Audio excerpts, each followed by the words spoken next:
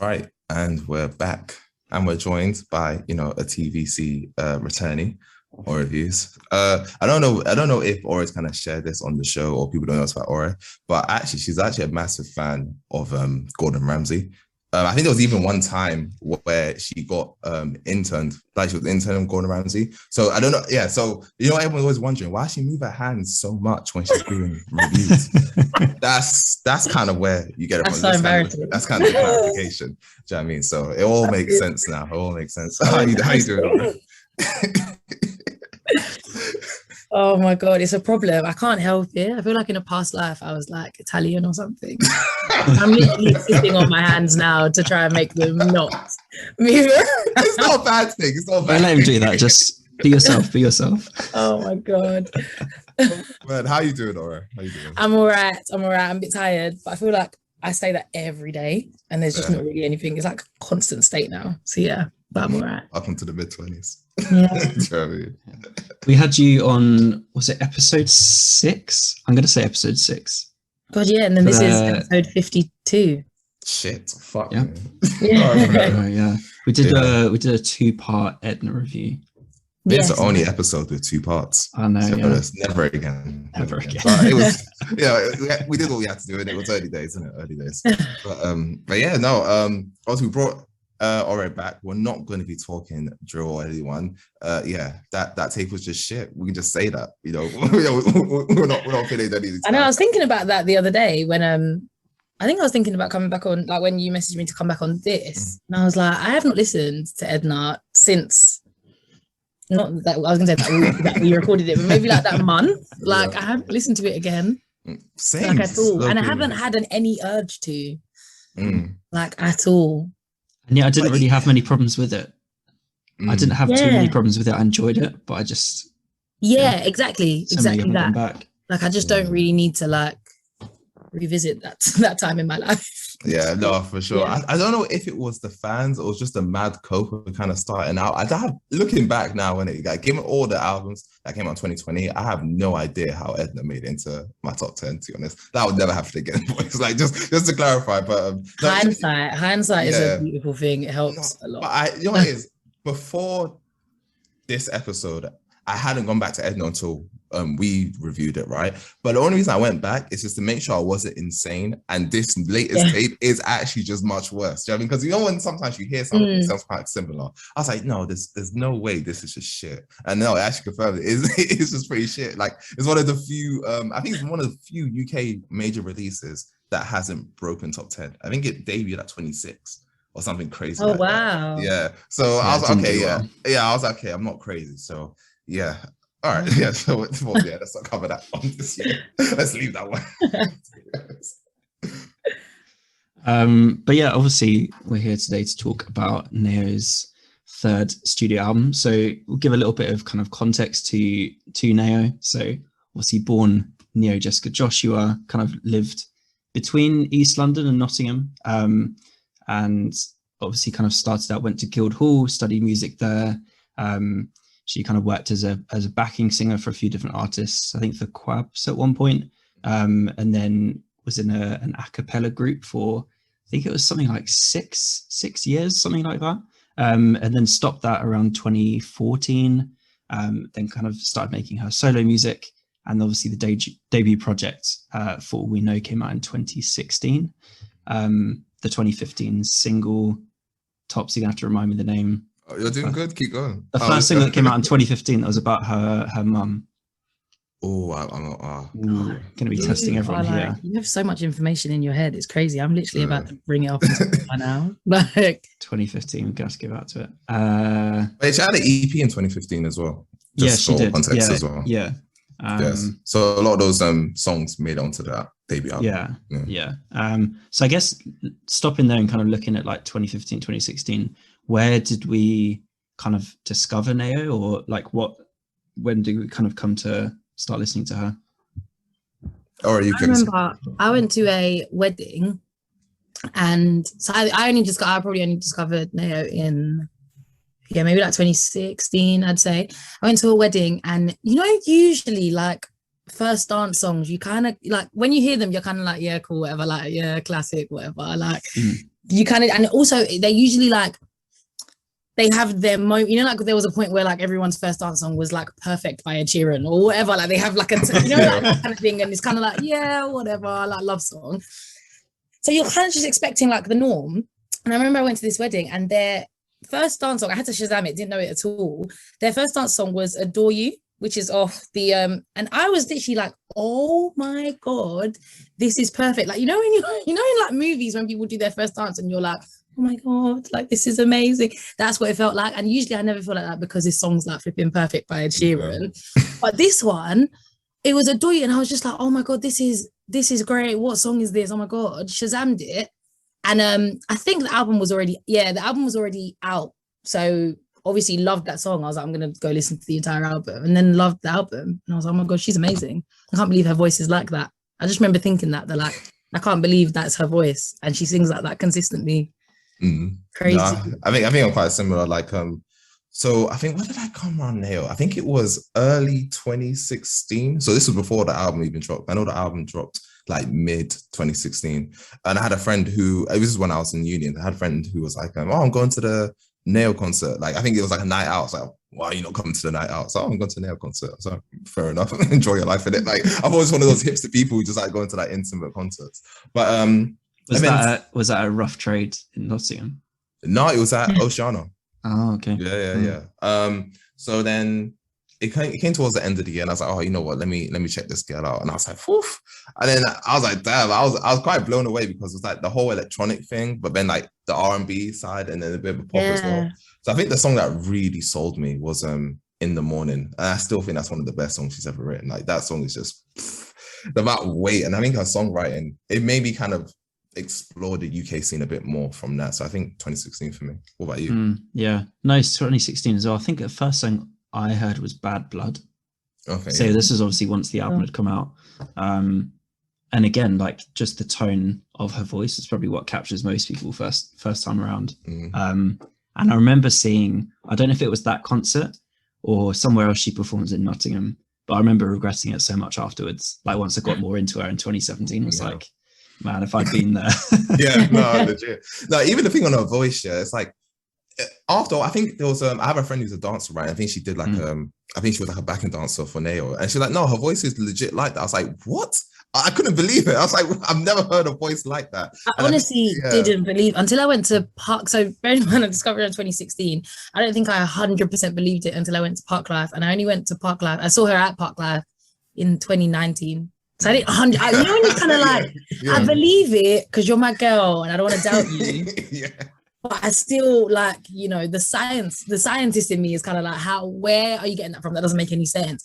So I in Park Life, and obviously Park Life's like, not even, it's obviously a festival. So it's like minimal tech going on. Like that is her voice, right? I mean, like they're not doing anything with it. And we heard her and I was literally like, oh my God, I can't believe this is, and she was like dancing, doing everything, like had all this choreography and still sounding like that consistently. I was like, yeah, she's amazing. Absolutely amazing. For sure. Like, and I think that uniqueness is kind of like, I think that's why some people aren't fully sold on NAO, because I don't know if you guys remember, she was on Disclosure's second album. And people were like, who the hell is this chipmunk? And it's like, come on, like, I mean, but I fully get it if you don't know, like, if you don't have that context, it's like, why have they edited her voice to be like that? Do you know what I mean? When you know what I mean? It's such a weird thing to kind of get used to. But when you realize, oh shit, like that's her, it makes it even more impressive when she hits those like lower registers. It's like, raw, you like, you know, you've got a naturally high voice, so you can sing quite high, but then you can, you know, you really bring it all the way down. So yeah, no, for sure, same here too. And then obviously kind of we get to 2018, right? Drops Saturn, which is like more of a shift towards kind of like the pop R&B stuff. She kind of leaves a lot of like the, I guess, well, she calls herself wonky funk, doesn't she? She loves that little phrase. So kind of, goes a little bit more into like the pop R&B sounds. And then, as you're saying, like you saw in 2019, she was obviously touring a lot and kind of performing a lot, feeling like the tiredness start to get to her. And that's obviously where Burnout from this album comes from. And then was like suffering going into 2020 and the start of the pandemic, like really suffering from like chronic fatigue syndrome. She talks about it in an interview with Independent. newspaper, which is ME. So I don't know if you guys know much about it, but like I've met a few people and I know a few people who have had it, and like it completely like takes away, like completely saps you of like all energy. So she was just like really suffering at that point, and then obviously had a child and kind of lockdown hit. So yeah, I guess a lot of like this album is definitely informed by her like her fatigue and like having a kid. No, do you know what it is? Like, obviously, first and foremost, like, because she said it again for this year. That's why she's not performing next year, which is kind of a bummer. I did want to see her. I haven't seen her in a couple of years now. But you know what it is? When I hear like syndromes or whatever, right? Part of my brain, it is kind of bad, but part of my brain just feels like, oh man, because you hear it so much on Twitter where like a lot of people just bullshit, like, oh, I'm self-diagnosed with ADHD, or you know, that obviously that recent meme of girls saying, oh, I was just asleep. So kind of like, it's just, I don't know, some part of my brain is just triggered. Like, what the hell was chronic fatigue? I didn't know what it was actually before this. So no, yeah, I hope she's feeling better. Yeah. So I think that the interview with Independence was that was the first time she actually had said it in an interview or told anyone that wasn't friend or family. Again, probably because of the perception of it, but like ME is like debilitating. Like you'd have to like take time off work fully, and like even walking and exercising, it also affects like brain function as well. So like thinking and reading, watching TV can be really tiring as well. So you can kind of understand why she was like nightmare. Didn't want to. So yeah, I think she was saying the like record label were really understanding and we're like, yeah, with the next album we get that you won't want to tour, so that's fine. And obviously we know record labels aren't always that understanding. I was going to say she got very lucky. Whoever manages her on her record label. Take a break. Whoa. Wait, she's on a small record label, right? She must be like the biggest artist there. Was it Little Tokyo or something like that? Yeah, okay, yeah, that makes sense. That'll be why. Flagship artist. Universal. Exactly. Take a holiday. Oh my god. Your cash cow, are you? So you know that makes pure sense. Oh, that's so good though, because I feel like with her, even with her albums, with any sort of project she does, the reason I'm saying that like that must be a nightmare, because if she can't even like, I feel like as a creative, to be fair, anyone in general, but if you're like a creative. You need to be doing stuff. Do you know what I mean? Like you need to be doing stuff in order to take in the world, in order to let that inspire you, in order to write music, blah, blah, blah. So like if you can't do that, I feel like that must have just been an absolute nightmare for her. And when I listen to her projects, I feel like you're in her brain sometimes. Do you get what I mean? Like even with this new project, like Burnout, when I heard Burnout, I was like, yeah, get it. Like absolutely get it. And then even where she like, then she'll go on to like a song like Better Friend or something. And I'm like, actually, you know what? Like, get that as well. Like I feel like I'm actually in her head. So where she would be suffering from this thing where she's probably not even in her own head, or like she can't, do you get what I mean? Like she can't fully function and like fully think. That must be crazy. Right. Yeah, I can't really think about it, to be honest. It's one of those ones, especially as a creator, like you said, it's a creative. Like, I can't imagine not doing this every week or, you know, whatever. Yeah. But I'm not gonna lie, if they did call me up like they did with you, or to, I guess, I don't know, interview kids at Wireless, I'll probably say, yeah, I got a bit of that. Fatigue syndrome, mate. I can't make it. Like, I know it's a bit of a tangent, but how was that? Oh god, that was it was an experience. It was just so interesting. I just remember thinking that like Wireless prior to this year, and obviously the year before didn't happen. I think I've been to Wireless like 6-7 times. Like I have been loads of times. I remember the first time I went, I was only like 15, but I'd gone with my older cousin, and that was the year that it was Justin Timberlake and Jay-Z. So like big sponsorship years when Barclays used to sponsor it, like that time. So like super big, blah blah blah. And obviously it like started getting like watered down a little bit. Sponsorship money weren't coming in as big as it was, but it was still like quite big, right? Like, they still used to get like big artists, stuff like that. And you kind of feel like with Wireless, you know what you're going there for. You're not gonna get like, you know, when you go to Parklife, you go from like Skepta to Kaytranada to like George Ezra. You go all over the place. Whereas like Wireless, you're not getting that, but that's fine. You know what you signed up for. Whereas now I'm just like, yeah, this is just not for me, like at all, which is fine, because it's for the people that it's for, right? Yeah. So when we were interviewing people, they were loving it. I saw my friend's nephew, which tells you everything you need to know, to be fair. I saw my friend's nephew there. He was 15 or 16. I think he's 16 now, and he was with his friends. And he lives in Kent, like real, like Kent. And But obviously, like, that doesn't stop you from loving like Central C and Eddie One and all of these kind of people. So I saw him and I was like, oh, Jaden, like, you having fun? And he was like, yeah, man, it's lit. And I was like, yeah, of course it is, because you're 16. Of course it's lit. Like, but like, I didn't begrudge him that. Do you know what I mean? Like, there was no part of me that was like, oh, I can't believe you're having fun at this. If anything, it was just funny. Like, it was just like, fair enough. Definitely an experience. Yeah. It's like gone full circle. Yeah, absolutely. Yeah. Absolutely. But to tie back into NAO, of course, obviously, yeah, quick thoughts kind of get into the album. What were your thoughts on Saturn? Like, is it an album that you go back to frequently, or you kind of leave it there? Or no, definitely go back to. NAO is one of, like, there's artists in my head that are like singles artists, and that I can enjoy their singles as they come out, but not necessarily listen to their projects. Whereas NAO is a project artist for me, so like I can just be like, I don't know, working from home or something, and I'll be like, actually, maybe I just want to listen to NAO, and I'll just tell Alexa to like play NAO, like, do you know what I mean? And like, just listen to like a full album, start to finish, and not even, which is why with project artists, that's why I'm so crap with the names of the tracks, because it's literally like, I don't know, I just let it blend into one. Like, I know the ones I properly love, but generally speaking, I just love the projects. Saturn, I absolutely loved. I remember really still loving, to be fair. Drive and Disconnect. I was like, oh my God, this is amazing. Love Drive and Disconnect.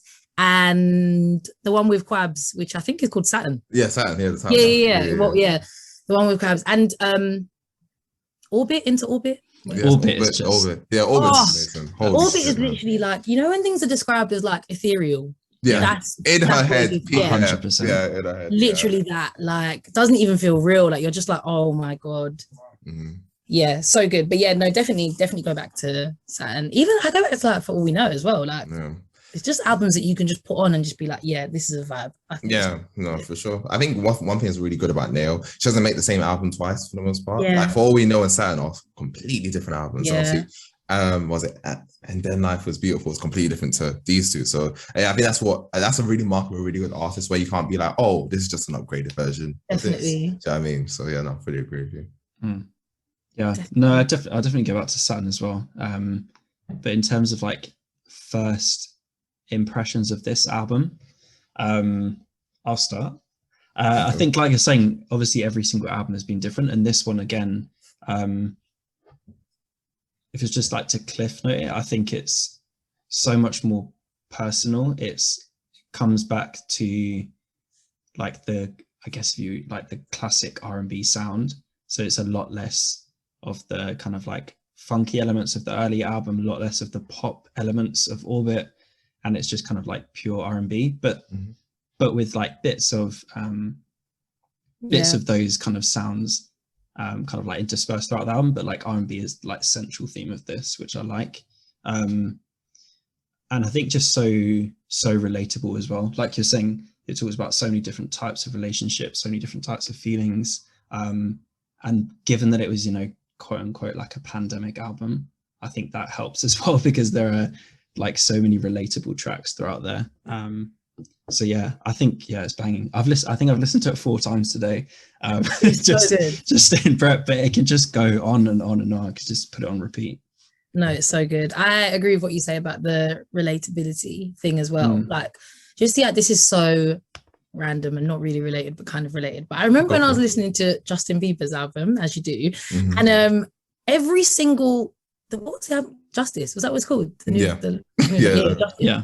Every single song was like written for Hailey Bieber, and I was literally like, oh my, I remember getting to like track 6 and just being like, we get it, Justin, you're in love, you got a wife, like we actually get it. But it wasn't even like, it was almost like you know, some albums are like love song albums, and that's fine, like all of them are about like dedicated to a particular person. Big Day. Yeah, this one was like, but this one was like, it was kind of like Big Day. So it was kind of like where you're trying to pretend that the song is not about them, but you just have to give them a shout out in a particular line, and it's literally like, oh my God, like please, it's okay.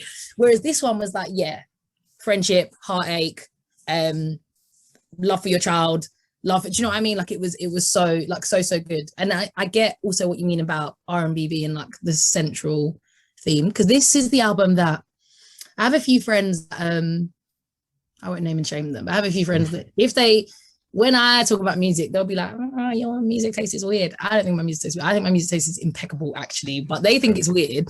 And they're very like, they will only listen to R&B, they will only listen to this and that. Like, they won't branch out. And if I told them to listen to For All We Know, for example, they'd be like, nah, not with all this synthesizing funk shit, like not getting it. They'd be like, no. But Then Life Was Beautiful, I reckon if I told them to listen to that, they'd be like, yeah, cool, this is sweet. Do you get what I mean? Like it's just, yeah, I think for those people that want like just R&B, listen to that nice R&B, like smooth R&B, this is definitely more that album compared to her other ones. Yeah, no, I fully agree on like every aspect. Like it feels like she's been making a shine. It's quite interesting, to be fair, because I always feel like Nails, I think one thing that was so interesting about Saturn, it felt like, okay, you're really sick at doing both. Because first it's like, okay, you're just that electronic babe, but then she's, you know, teaming up with like Slack, or Black, we're gonna call them, and Sir, and all these people. It's like, oh shit, like you're good on the traditional R&B as well. So it's kind of interesting that she didn't even give many, I don't think any throwback sounds on this one. It's like, it's full like, okay, yeah, I'm establishing myself as an R&B artist, which I'm not saying she shouldn't do, it's up to her, but it's just quite surprising that she's gone in that direction. Like, fully. Do you know what I mean? Maybe it's just a business decision of sorts. I'm not too sure. But yeah, I mean, general thoughts. It's been a tough year for R&B, to be fair, in general. So I feel like when NAO drops, you're like, oh, I think fuck for that, mate. Like at least you've got something. Do you know what I mean? No, I mean, it's definitely solid. I think it's just kind of show. It's kind of, how do I word it? I mean, NAO's a consistent artist, and I feel there's just more of a proof of that. Do you know what I mean? Like, there's a lot of good songs. There's not really any bad songs. There might be some okay songs, but yeah, across the board, it's one of those ones where you listen to it front to back. Great opener, great closer. It's very much like typical NAO in that sense. That's what I get from it. Yeah, so, agreed. Ooh, I think I'm sensing he's always good at you holding back. Oh, I was expecting more from Tops there. What's going on? Okay, you know what? The thing with NAO, right? I put NAO on a high step. Like, I think everyone knows that. I think NAO is fucking amazing, right? But I think one thing that, again, with R&B, because think about R&B heads, right? There's no being an R&B head is not a flex. Do you know why? John? Because most R&B people, they listen to shit R&B. That's the thing. Most of it is the same old stuff. They're tired of their bands. The beat could be made in someone's like fucking basement. Like, it's just typical shit. And they just call that like being an R&B head and listen to like 50 versions of the same song. Like, good R&B is hard to find. But one thing I really liked about NAO, her songwriting is really, really good, right? Her songwriting is so good. Like, one of the best songwriters out there. So I think with this album, the songwriting isn't as strong. I think that's the part that kind of gets me, like, oh, like when I hear songs like Orbit, when I hear songs like In the Morning, when I hear songs like what's the one on For We Know, The Perfume or The Clothes, I was like, you know what I mean? Like Bad Blood even. It's like, okay, that's my shit, because I think that adds to the potency. I think this one, it's more, I think what Ora is saying is right. Like, it's more accessible. The sound is like, yes, okay, like it's banging. I think it's a songwriting for me where it's like, oh, like you've had higher peaks than this. Do you know what I mean? I think if that was there, it would have been like undeniable. Do you know what I mean? So I think that's what it is. Agreed. Should we start there and maybe look at like a couple of songs that songwriting wise could have been better? Okay, cool. I'll kick us off. Normally you make the guest start, but I'm already hearing it. Fuck it. Yeah, go on. Let's start with that. You know what? Yeah, like I get the sentiment on Better Friend, but no, it's just no. I mean, I think I've heard it done better. If you think about like Rina Sawayama, she had a song Bad Friend. Oh, yeah, that's a good song. There we go. So like, I feel like there's better ways to do it. And I think I don't know. I think just the whole premise of the song, it felt a bit, it felt quite surface level, where it's like, oh, I know you're going through shit. I'm going to leave you alone though. You know, could have been a better friend. It's like, okay, it felt like she knows it's a topic she wants to attack, but she hasn't gone in the way like Rina Sawayama would, where it's like, okay, no, let me like be fully honest at how I've been a shit friend. So I think that's one song. I think in terms of songwriting, like NAO could definitely do better than this for sure. But the song sounds good though, so I guess it's that. So it does sound good. I don't know. I think I kind of agree with you. I don't think I felt it as much as you. There was one song in particular where I'd written down a note about like not anything special lyrically, and that was Nothing's For Sure. I love the song, but lyrically, I think there were just a lot of like of those well-trodden cliches, like it was kind of the hook or chorus where she's like, because nothing's for sure, just go with the flow, like let your spirit run free. And I'm like, what are you actually trying to tell me here? It felt a bit wishy-washy, a few of those lines. I hear you, but the song's banging though. The song is great, but lyrically it felt a bit, But I hear what you mean though. There doesn't, sometimes with NAO, we've seen it done where there's no trade-off. Like the song sounds good and it's lyrically good. Fair. I guess that's what happens when you set your own bar too high. It's true. Someone else would be like, yeah, this is a 10 out of 10. So for her, it's like, oh, we see you better, NAO. Yeah, no, it's true. That's the thing. That. I think that's the thing about like the Vinyl Collective, right? Because we don't really review albums we don't like. Like we do have quite a high bar. So I think when we're talking about things we don't like, we're talking about like quite small things. Like, do you know what I mean? So it's not like we're saying it brings it to like a 5 out of 10. But it's like, oh, like you are like an 8, 9 out of 10 artist. So do you know what I mean? Give that. It's like people have for Kendrick, right? When Kendrick does an okay verse, it's like, oh, this is shit. Like, it's that type of thing. But yeah, no, that's why it hurts so much to talk about the interludes on Simbi's album. So I was like, we love her, we absolutely love her, but you some of those interludes weren't. I think interludes are really hard to get right. Oh, 100%. Also, not always necessary. And I think if you're, but I guess, I mean, I don't know what, because in my head, I know we're meant to be talking about NAO, but in my head, Little Sims has like super high quality control. Like, you know what I mean? Like compared to other artists, especially compared to other rappers, she has super high quality control. Some rappers just be putting anything on their albums. I don't think she does that ever. So with the interludes, I remember just thinking, what's happened with the quality control here? Like, where has that gone? That's what I just get, because I remember thinking that, they're not like shit, but they're not like, they wouldn't pass your quality control check, I don't think. So how did they get on? No, for sure. I mean, speaking of interludes, the one thing I hate about R&B interludes, especially British women, is when they just start talking. Like, when that become a fucking thing, bro. Like LMA. Yeah, like LMA is just like single-handedly broken R&B. Like, why do you think this is necessary? This is just not. Oh, LMAs were so awful. I remember after one listen, I was like, I never delete. Like, if I like the whole album, I'm always like, let me just keep the whole thing. That one, I was like, I have to get, I don't ever want to put my music on shuffle and hear her talking in my ears ever. Like, imagine taking the aux from your man's, be like, hey, babe, don't worry, I'm gonna have a night drive. And it's fucking anime talking. Like, awful. Yeah. But no, this one, it has it. There's only 2 interludes where they have it. I think at the end of Glad You're Gone, and I think what was the other one? Little Giants. When like, you know what I mean? And the thing is, it's like, okay, if you're gonna do interludes, if you're gonna do skits, add something. Do you know what I mean? Don't like, and then life was like, we heard that from the title track, and it, like, we know life is beautiful. Isn't it? Like, what is the point of all of these? Isn't it? So, no, I agree. I'm honestly just not a fan. I think your interludes just have to be like the most amazing thing. If not, just get rid of them. Yeah, like, facts. Yeah, literally facts. Yeah. No one wants to hear people just talking. Because it was Sophia Thacker, I don't know how to pronounce her surname, but so she's like a poet, isn't she? A poet, spoken word poet. It definitely gave I mean, it wasn't as bad as the oh, you hate, I just remember you were talking, you fucking hate him, man. Fucking that's a bad comparison. Fair enough. No, I'm saying it wasn't that bad. Oh, okay, fair. Fair. It wasn't that bad. It wasn't that bad. No. But actually, yes, like we said, we operate on a Fight Club policy usually. But Ore, what song would you want to kind of discuss, for better or for worse, on this album? Oh, I would like to discuss.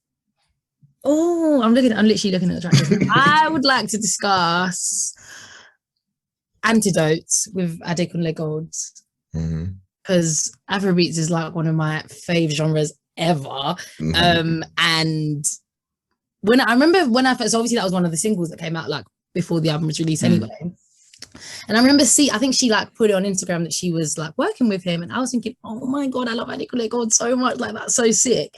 And I remember hearing it for the first time, and like I loved it straight away.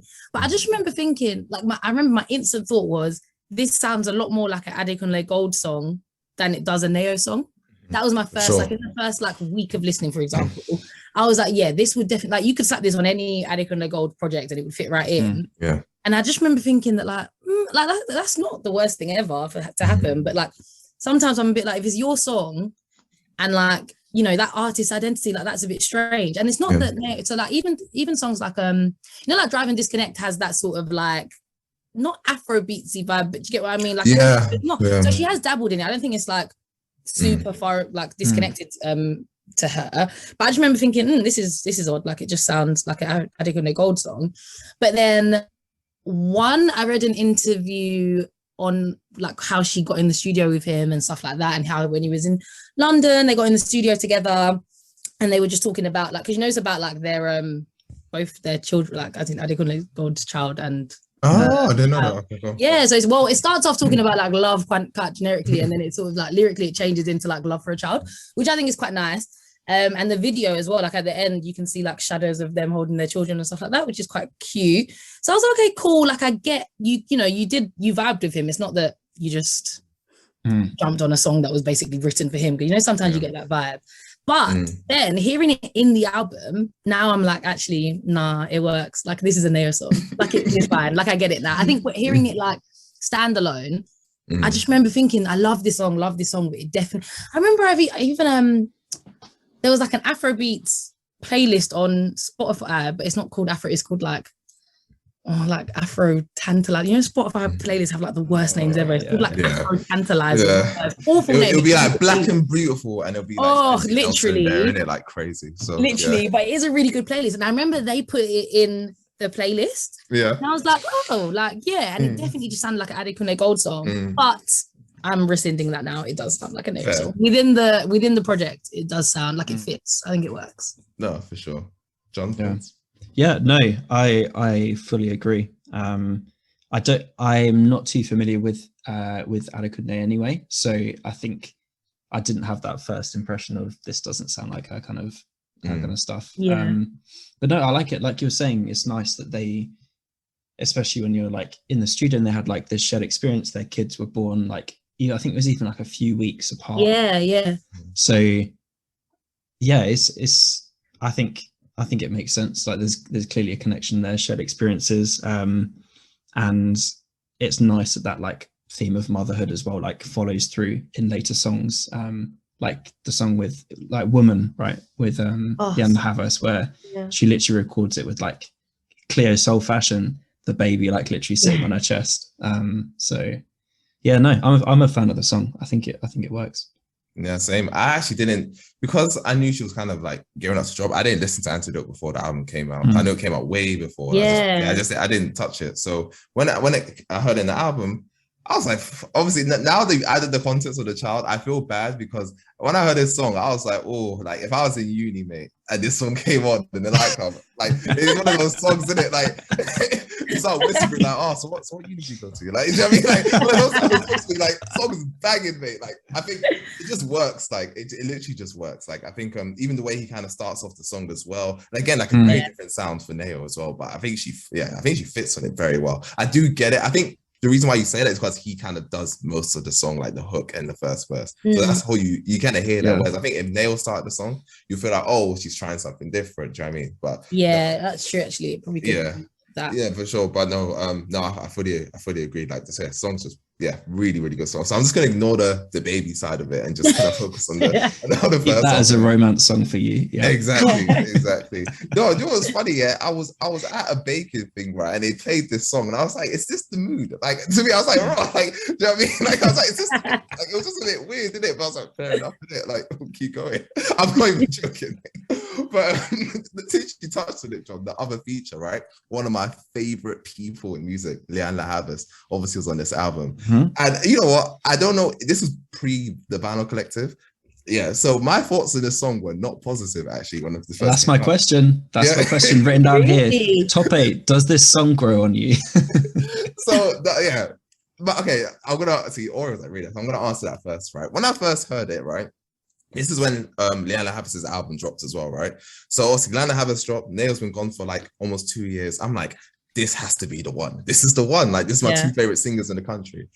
And it kind of felt, okay, this might be a boomer reference, but whatever. You remember when everyone was waiting for Eminem and Kendrick Lamar to jump on a song together, and then they did Love Game, and it was like, this kind of shit. No. You know what I mean? Yeah, you know what I mean? It was kind of like, it was like, like, it's not bad, but like, I wanted some shit. I think that's what I thought of these two. I thought, come on, Lianne La Havas got a top tier voice. NAO, she can tap into that low register. It's gonna be fire.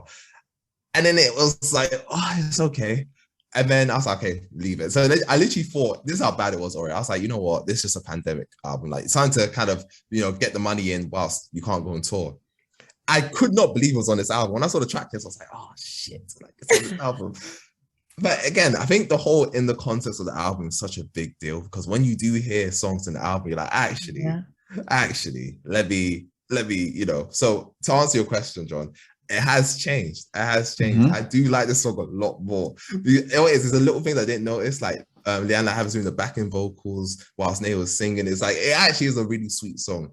I actually think I like it more so than Little Sims's Woman. I think before I was thinking, oh, this is way better. But I think in terms of the songs called Women, no, I fuck with this actually. I fuck with this quite heavy. My opinion completely changed. Do you think, just like as a question, is this kind of one of your favorite features on? Is it the favorite feature on the album? Or oh no, sorry.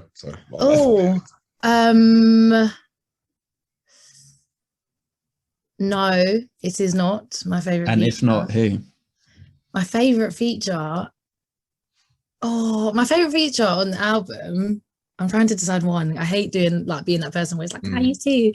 Let me just pick one. My favorite feature on the album is actually Lucky Day. Is actually my favorite feature on the album. And it's weird because it's not because Good Luck is my favorite song on the album, which is strange. He's just my favorite feature on the album. Right. The two, I was trying to pick between him and Adekunle Gold.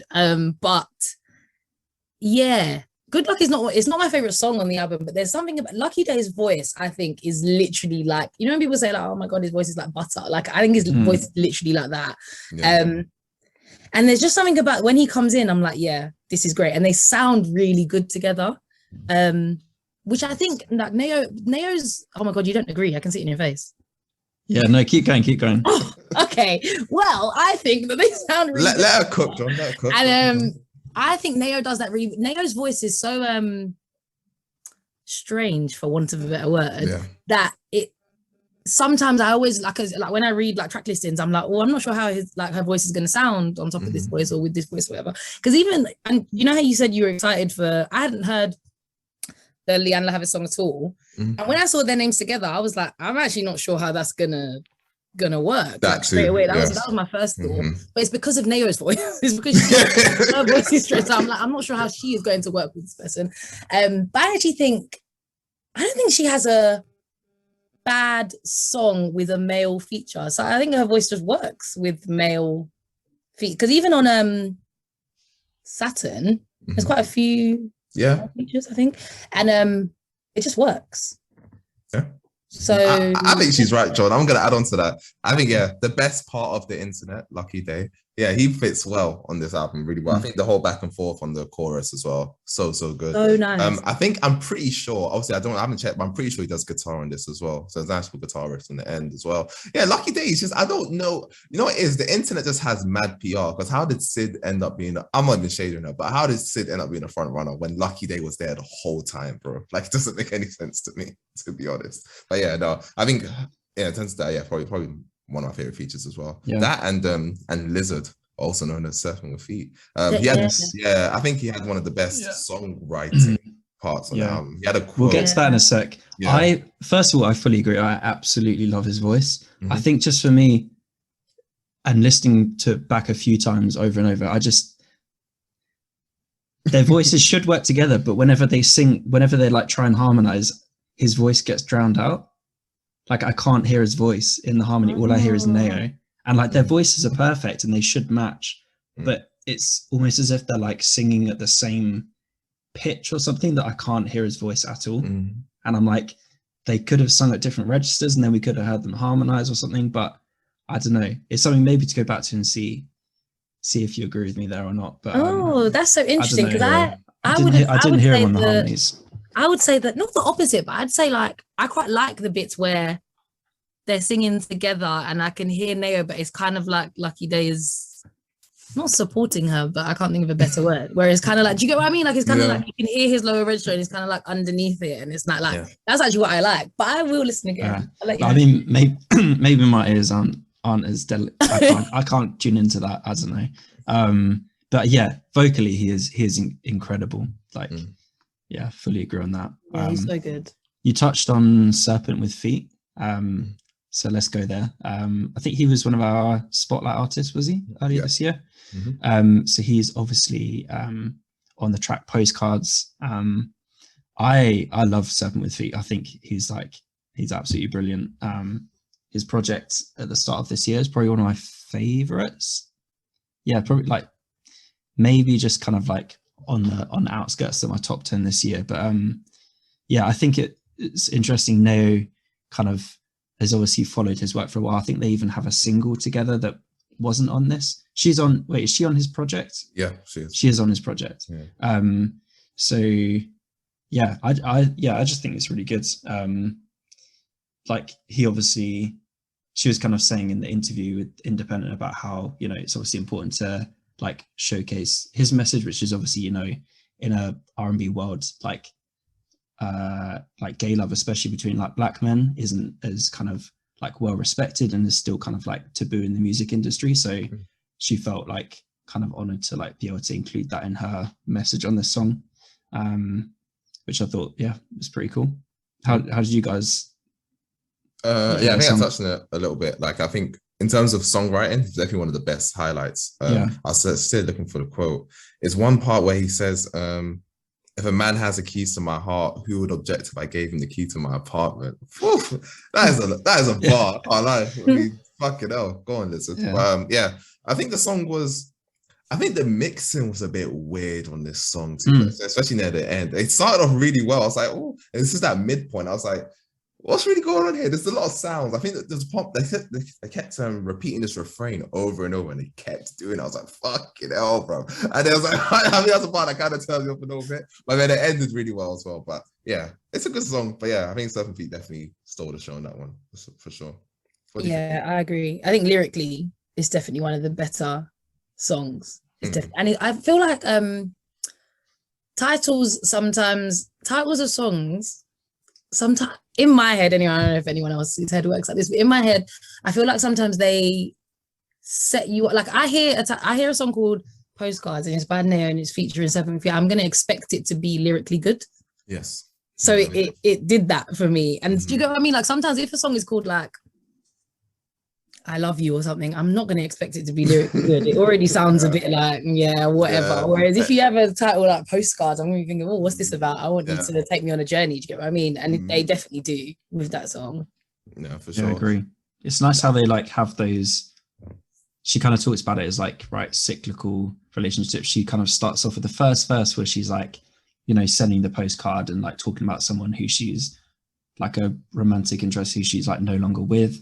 And then he kind of takes it back a step almost and is like just starting this new relationship and it's all kind of cozy, like you're saying in the bar about the apartments. And his whole project, like at the start of the year, was all about like finding like contentment in relationships and like being being content and taking pride in like all of the small like moments that aren't often sung about. So it's nice to have like those like two parts of the relationship talked about. Yeah, I liked it. All right, what song are we talking about next? Well, we should talk about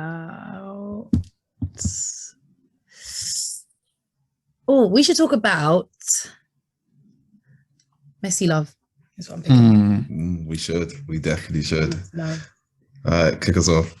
I again heard this song. I'm not like you, Toz. If a single comes out, I'm literally like, oh my god, I want to hear it. I won't wait for the album. It's going to ruin the music experience. No, you know what it is? The album all in one. You know what's funny? No, just for Ori continues. I actually did listen. We spoke about it on the podcast. That's true. Yeah, we did. It's just sometimes, you know what it is? I think I saw the title and I saw Adekunle Gold. I was like, oh, you know what? I'm not even trying to do that today. And I think I just left it. And I just didn't come back to it. I think that's probably what it was. But when I saw Messy Love, and I think because I knew the album was coming, I was like, no, I've got to listen to this, mate. So yeah, just for context. It's good. Fair enough. I to be fair, I didn't actually choose to listen to this song like specifically. I heard it in a playlist. But you know, Nao's voice is like, as soon as you hear it, you're like, oh my god, this is Nao. Went to go and check my phone to see what was playing. So I saw that, you know, when like it uses the album art before the album's out. So I was like, oh, this is a single off the album. And I actually, it's one of those songs that like, when I say what I'm going to say about it, then when I have my new opinion of it, I was like, why did I even think that in the first place? But when I first heard it, I didn't love it. Like, I was like, oh, this is just okay. Like, I'm not really sure where it's going. And I think before that, I'd only heard Antidote, maybe.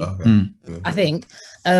So then I remember thinking like, all right, Antidote is giving me Adek on Le Gold and it's not really giving me like Nao. So that's already my conclusion there. And then Messy Love, I've now heard, and it's completely different to Antidote. So what's this album going to give me? Also, plus I don't really love it. Like, what's going on? And I just remember thinking like, Nao, is Nao going to disappoint me? Because I can't have that. Nao doesn't ever disappoint me. Like, what the hell? Yeah. So then, you know, when like you don't really want to, I like Nao too much to listen to it again, to hate it even more. So I just didn't listen to it again. I was like, that max I'm not gonna literally just gonna pretend that doesn't exist. Like, I'm just not gonna listen to it. And then the album came out, obviously, and it's like track number 2 or 3, like it's really early in the And I remember, again, like I said, like I didn't, when I was listening to the album, I just put it on and was like, let me just listen to it. So I didn't even know it was that early in. And I remember so I've listened to like track 1, whatever, it's going to track 2, and it's Messy Love. I'm listening to it and I'm like, this is amazing. This is so good. Like, what song is this? And I'm going to check my phone and it said Messy Love. And I was like, what the hell? Like, I hated this song like 2 weeks ago. Like, what's going on? But again, I think it's that whole like context of the album. Like, it's really like the transition from And Then Life Was Beautiful into Messy Love. It's just really nice. Like really nice. Like, and it just works. I just remember thinking that like, why did I even think that in the first place, that I didn't like it? Because I definitely do like it. I know maybe it was just an off day, but I actually really like it. I think lyrically it's also one of the stronger ones, definitely.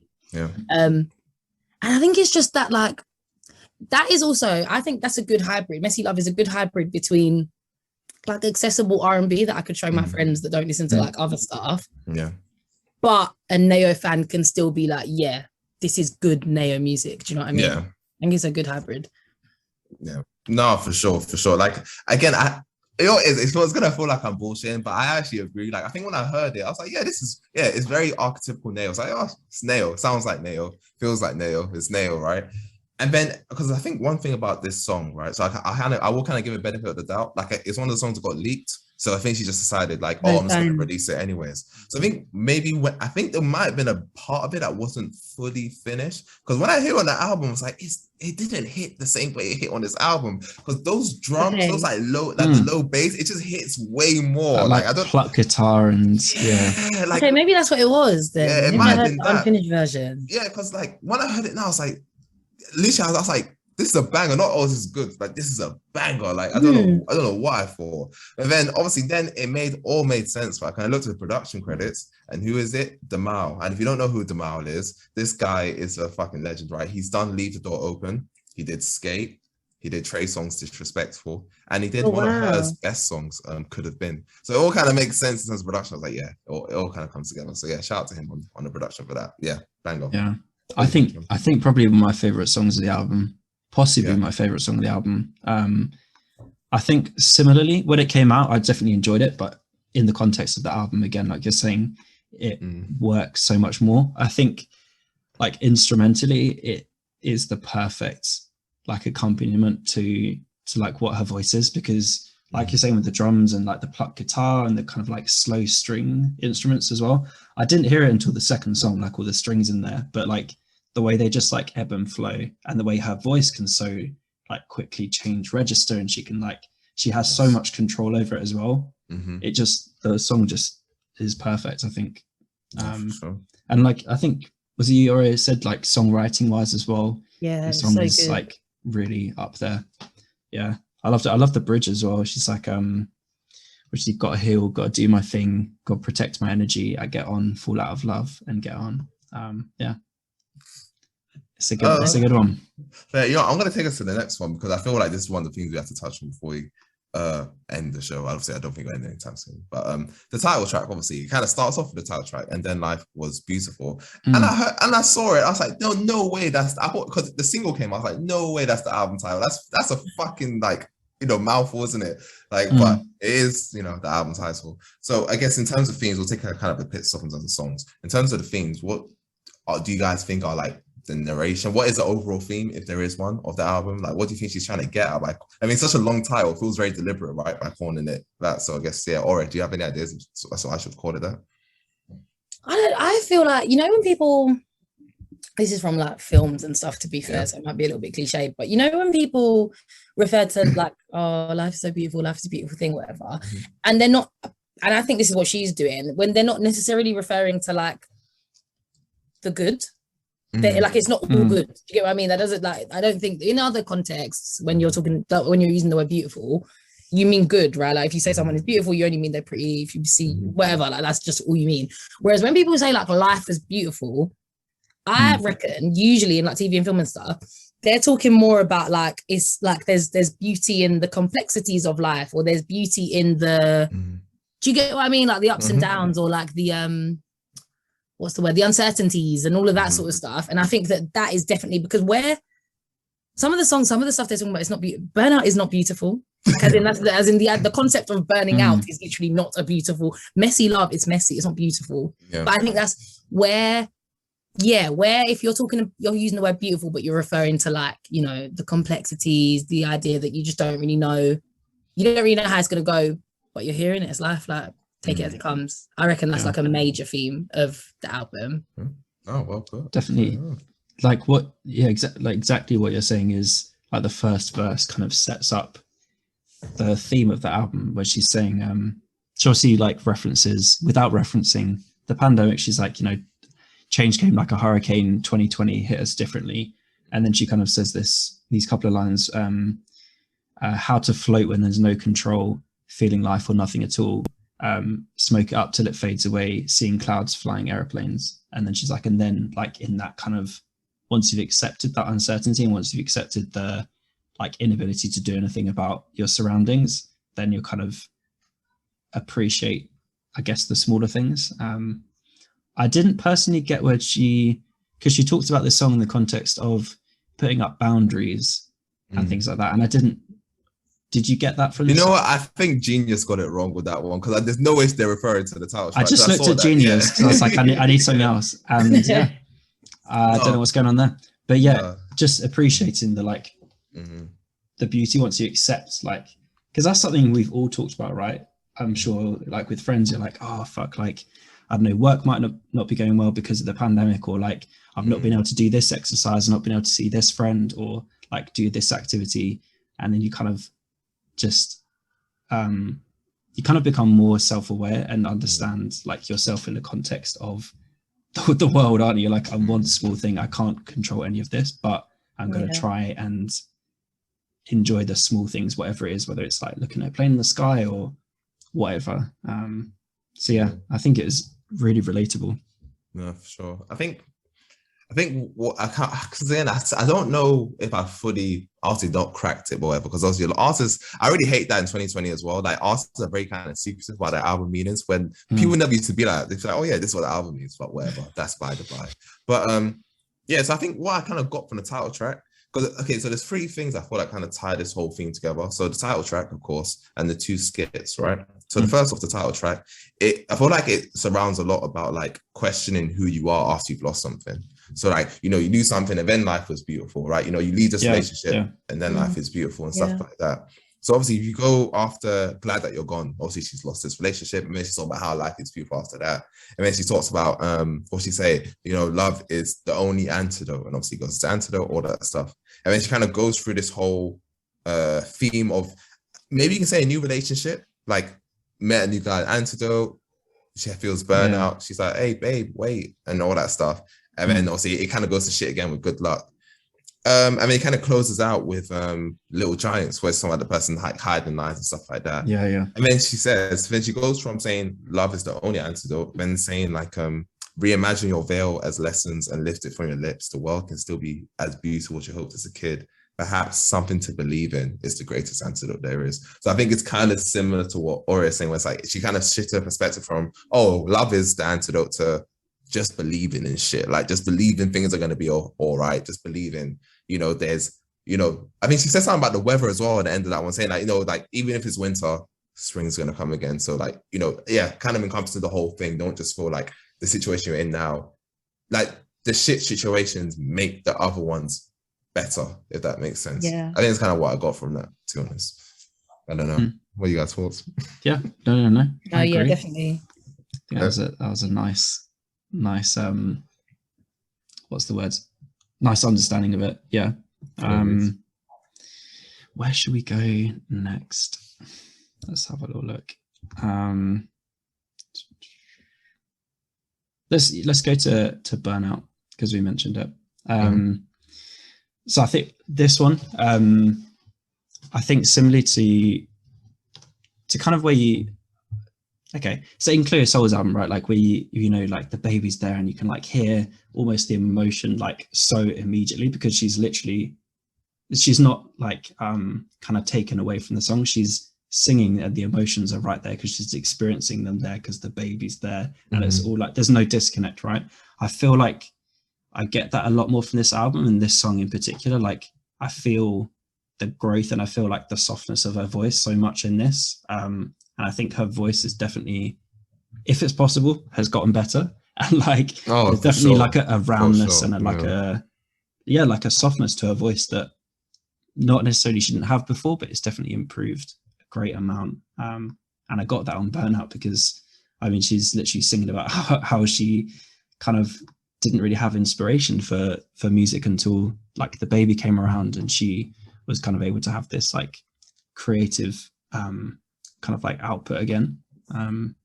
So yeah, I think this was like the most emotional song for the album for sure. Yeah, I agree. You can definitely feel the emotion, and I agree with her voice getting better. But maybe I feel like sometimes you learn what to do with your voice better, if that makes sense. Like, so it's not necessarily that she has gotten better as a singer or something, and maybe she has, but like it might be that, yeah, just like, listening to your own stuff again, like writing more, etc. Like obviously you mentioned that like she'd been doing other stuff prior to her own music, right? So like being a backing singer, being in a group, like that's completely different to just being by yourself on your ones, like making your own music. I reckon you proper learn to like, you learn about your voice. I know that sounds stupid because it's like it's in you, but like I reckon you learn. Do you know what I mean? Yeah, you learn about your voice a little bit more. So where you're saying that like she sounded softer and like she proper like used that to the advantage of the song, because it works with the lyrics, right? Like what she's talking about, it makes sense to sound softer. I feel like that kind of stuff is indicative of the idea that like she has learned more about what she can do with her voice, which is sick. Like it's kind of what you need in life, isn't it, right? To like learn more about yourself and then get better at it. Which is sick. Philosopher Aura. Yeah, that's me. But yeah, no, you can definitely hear that on Burnout, which is sick.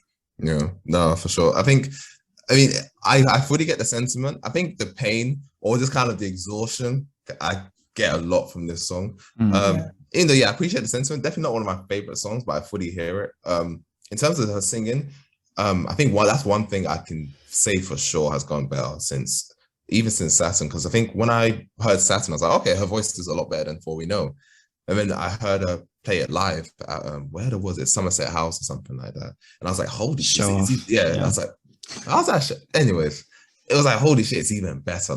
It's so refined. So yeah, I think the whole thing about her singing better is just, and I think she can kind of like, again, dictate the pace. Like she can slow down, speed up, and it doesn't feel awkward or anything like that. I just have to add any alterations. So yeah, for sure. It's just one of those like honest songs, and I think that's one thing that's always good about NAO, because NAO is always in her relationship bag, to be honest. But I think having a song like, you know what, I'm just fucking tired, mate. Like it's a nice change of pace, to be fair. It is. Yeah, I think that's something that's so good on this. There's so much variation. Like one other song, Little Giants, which I'm sure both have things to say about. Like I enjoy the way that there's this real like staccato, like the first minute and a half, whatever, it's like there's a real staccato way that she sings it. It's like what's that line like? I've been fighting little fires, you've been holding little giants, or fighting little giants or something. But yeah, there's just she's able to do it all on here. Yeah, and the songwriting here is banging. Oh my gosh, yeah, yeah. So oh good. my gosh, that's what I'm saying. This is like, this is the NAO I come to know and love, right? Because obviously it's this whole kind of idea of like, because even when I was reading through the lyrics, I was like, okay, so what's this song about? And I like, I know some people don't like that. I like thinking of that. I was like, what's she talking about? And I think she said something about like hiding like secrets and lies. I was like, that's perfect. Do you know what I mean? Like, so just the whole idea is like, that makes, you know, so much sense. Yeah. And she's like, you know, hold my wings. Don't let me fly too close to the sun and all that kind of basic. I don't know, maybe it's a reach, but I feel like it makes sense. Basically kind of being like, you know, like the whole Icarus thing, flying close to the sun, obviously he uses his wings. I think she's kind of seen that as like a metaphor of like maybe her ideal view of the relationship. Don't let me feel like this is a lot better than it is if it's not, do you know what I mean? I think that's the whole idea. I think the fact you can do that with NAO is just like, like that's I think that's the reason why it's like people rate her so highly at songs like this, for sure. Is it a reach to connect that? If she gets too far, she'll burn out. I don't know.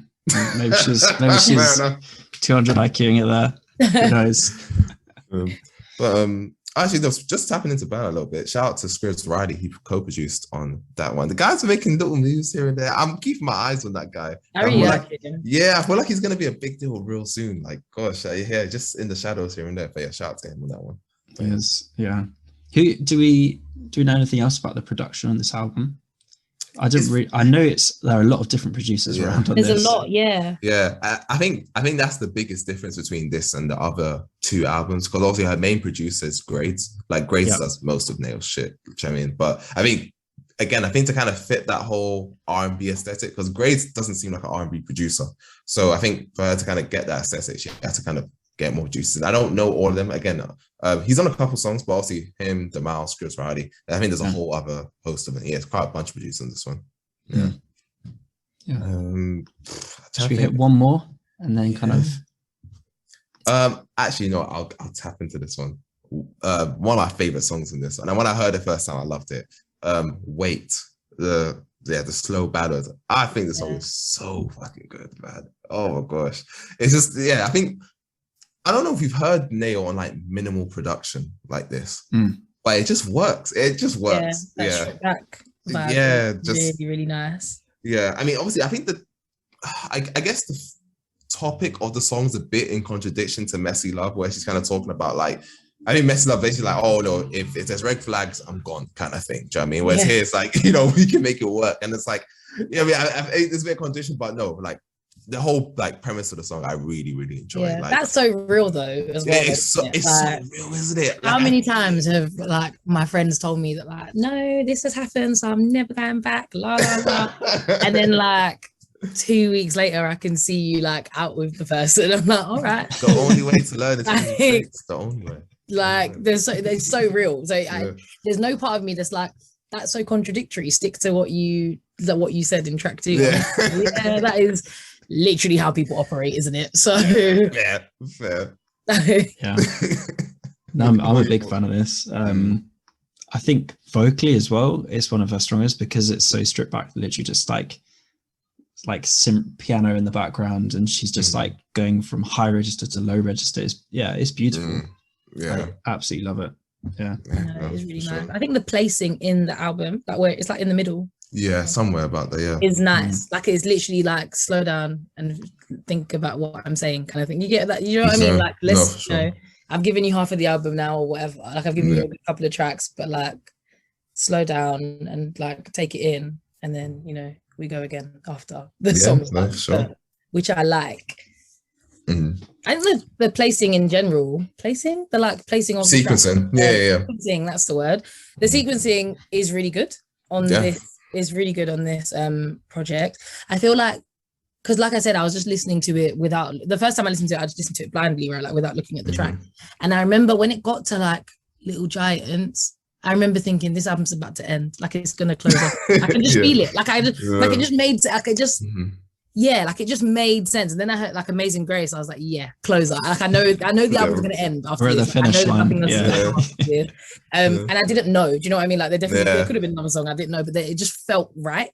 And that's the same thing with like Wait in the middle. Like it just felt right to have that in the middle. It felt right to have like Antidote up at the top where it's like a little bit faster, like the tempo's higher. Do you know what I mean? Like it just the sequencing felt, it just made sense. Man, no, if one thing NAO knows how to do is closers, mate. NAO is one of the best closers, man. And just Amazing Grace. You know that meme of like DW just in the rain, just singing. I was like, that was me. Like, it was just hitting me. I was like, I was on the fucking overground. I was like, brother, I'm just there. Everyone just so good. Like down, mate. Like just break it down. But yeah, that was such a banger. Shout out to NAO with that one, man.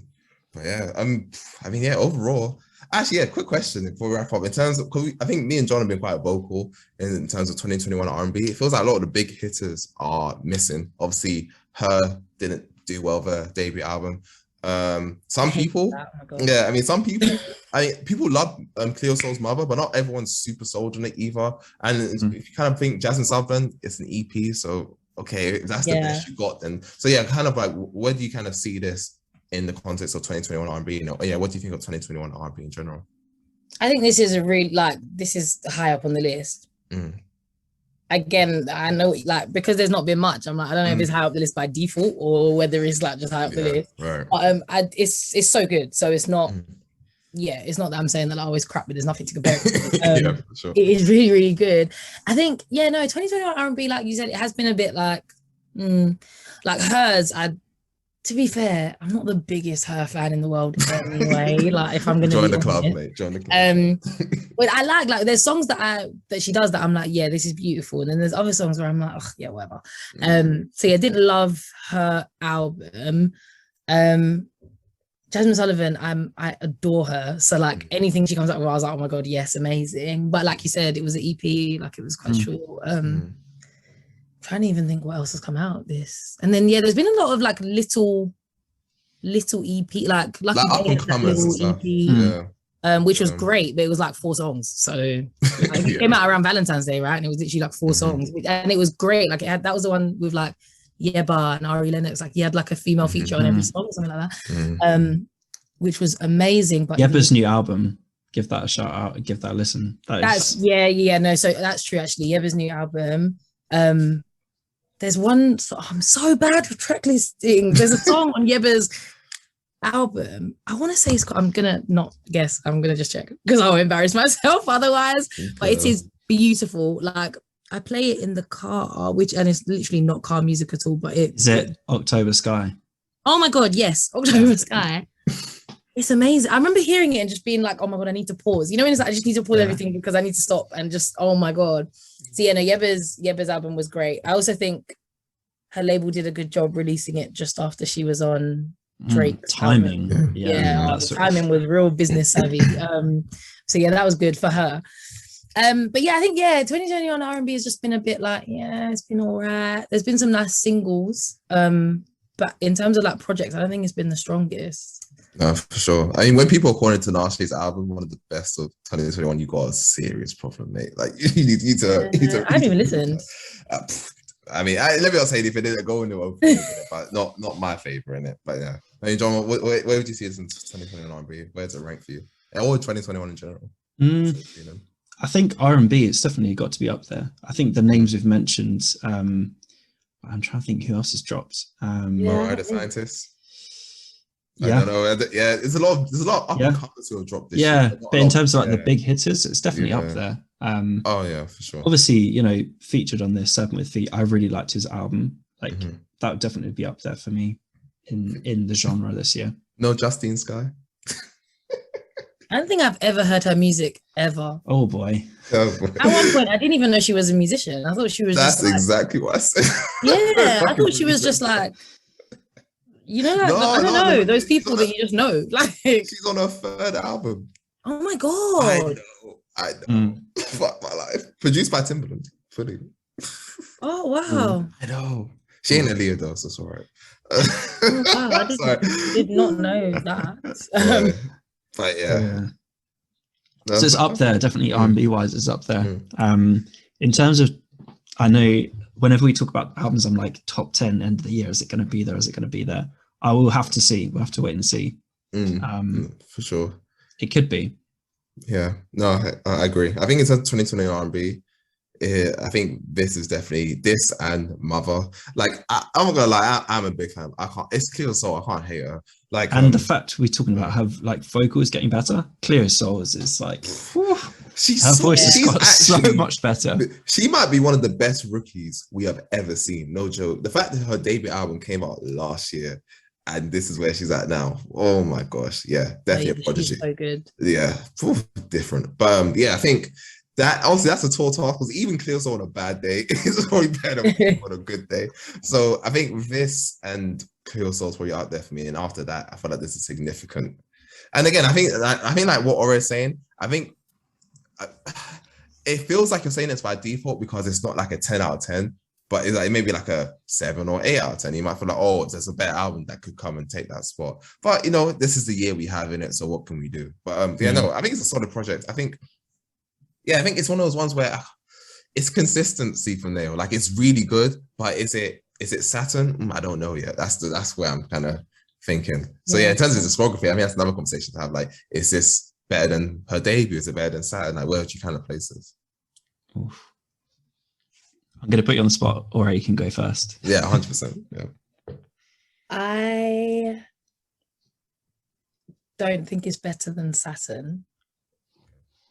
But that's like right now. You could ask me about Saturn and I could be like, actually change my mind. But right now, I don't think it's better than Saturn. I think Saturn is still her best project for me. But I do think it might be better than For All We Know. Okay, yeah. Yeah.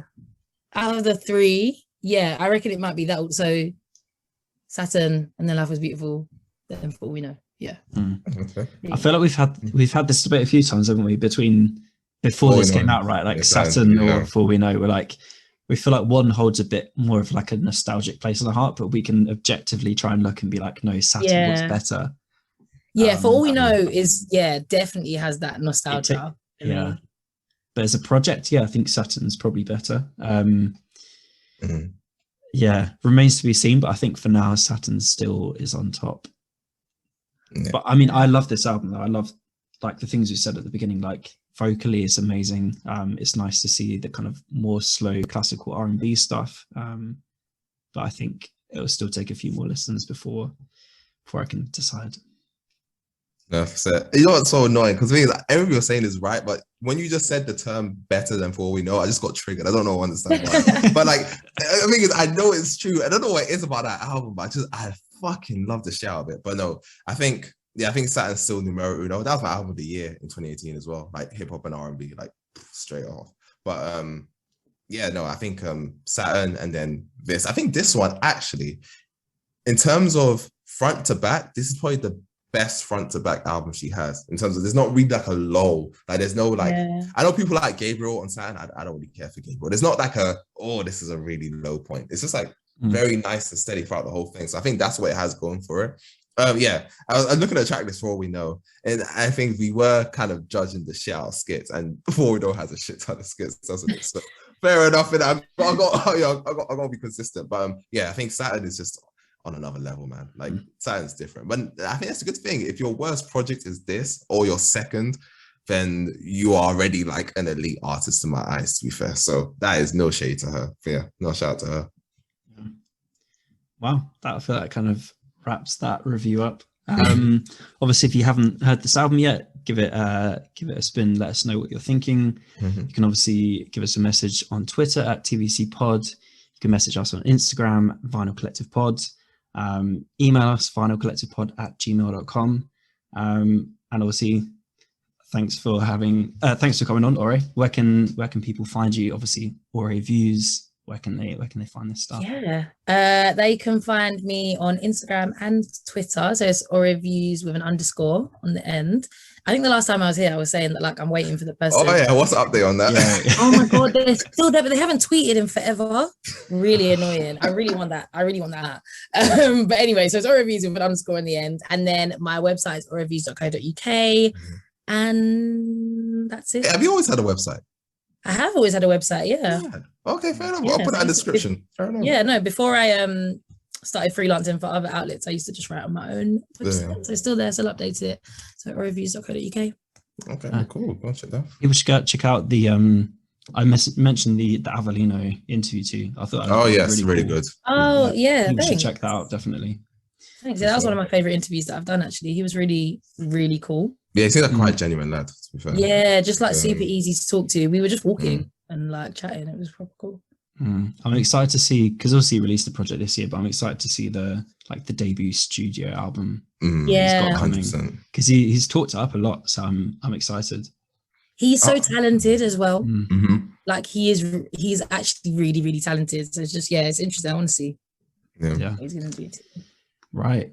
Well, we got through this one one. more thing to do. One more thing to do, and that's obviously the Now and Then playlist. Yeah. Oh my god, yes. I've prepared for this. You have. Yep. You can go first then. prepared. Obviously, every week we each pick a throwback song and then a new song. So something's been released in the last kind of 2 years, and then we put that on our playlist, which you can find on Spotify. So yeah, all right, you're up. It says she was ready. Okay, I'm ready. I am. So my new song is got the worst Spanish accent in the world, but it's Una Nota by J Balvin, who Go on. Yeah. adore. You triggered John's trap card. I'm literally obsessed with him. I'm like, you know those like, you know how people are like obsessed with like K-pop? That's me. With J Balvin. I'm like a J Balvin stan. Like I actually love him. So that's my new song off his new album. And then my throwback, which I did write down and now I can't find, but I'll remember it somehow.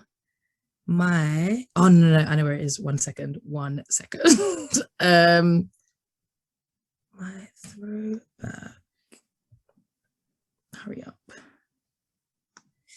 is, why have I lost it? Oh, my throwback is Rocksteady by The Whispers. That's like my dad's favorite song. And I always say that like if I get married and you have to do like father-daughter dance, I don't know how people do slow ballroom type dances. Well, you're gonna have to figure it's it just out. not my vibe with my dad. He'd be like, what the hell? So I reckon that would be the song. It has to be like a bit vibey, do you know what I mean? So yeah, that's the song. Okay. Cool. I don't mind going next. So my then song is Busy by New Gen and Ray Black. New Gen, I don't know what the fuck happened to them. I spoke to Avellino about them. Yeah, what the fuck happened? He was like, there was so much label shit going on that they just disbanded. Like there was so much like, he was like, the music was there, right? Like the people were there, the music was there. And you know, it was like it was more than just musicians, right? Like it was an entire collective of like producers and and this and that. So he was like, they were all on it. And he was like, there was just so much politics and shit from the labels that they were just like, you know what, not worth it. You're ruining the vibe. That's a shame because that album is very slept on in terms of UK. Because that's got some bangers, it's so good. Yeah, it's got some serious bangers. Even the one with AJ Tracy as well, fucking banger as well. Yeah. Oh my god, so good. And so good, Vanilla Skies by A2. Oh my god, I love that song. See, you never gonna give it 18 props. That's how you know that. So definitely check out the whole New Gen album. But Busy. Shout out to Ray Black. Also, dropped her album recently as well, her debut album. Go and check it out. Go and give the girl some love. And then my now song will be Too Good by Arlo Parks, Mercury Prize winner. So I had to go and check that out. But banging album actually. So Pick. Yeah. Cool. I'll go with my throwback song. A personal choice. This is actually my favorite song of all time. I haven't put it on there yet. And it is Someday We'll All Be Free by Donny Hathaway. Okay, of course it was Donny Hathaway. Yeah. No, I know there are like objectively better albums and better artists, but like there's something about Donny Hathaway's voice that just He's trumps amazing. Marvin Song Gaye for and You everyone is else like for one me. of my favorite songs ever. Anyway, that song it gets me teary. And then my now song is going to be Crust by Flying Lotus. Okay. Off the new Yasuke album. Oh, you listened to it? Damn. Yeah. Listen to it. Yeah. Obviously, you can find all those 6 picks. I think we must be up to 220 songs on that playlist. We're gonna have to have a new one for 2022. We are for sure. Yeah, for sure. Yeah, we'll have to get there. But yeah, you can obviously find that playlist on Spotify. Sorry, Apple Music, guys. We're not there yet. But yeah, that's kind of us. Cool. Thanks for coming again, Ora. So No problem. Thanks for having me. No worries, and we'll see you guys next week.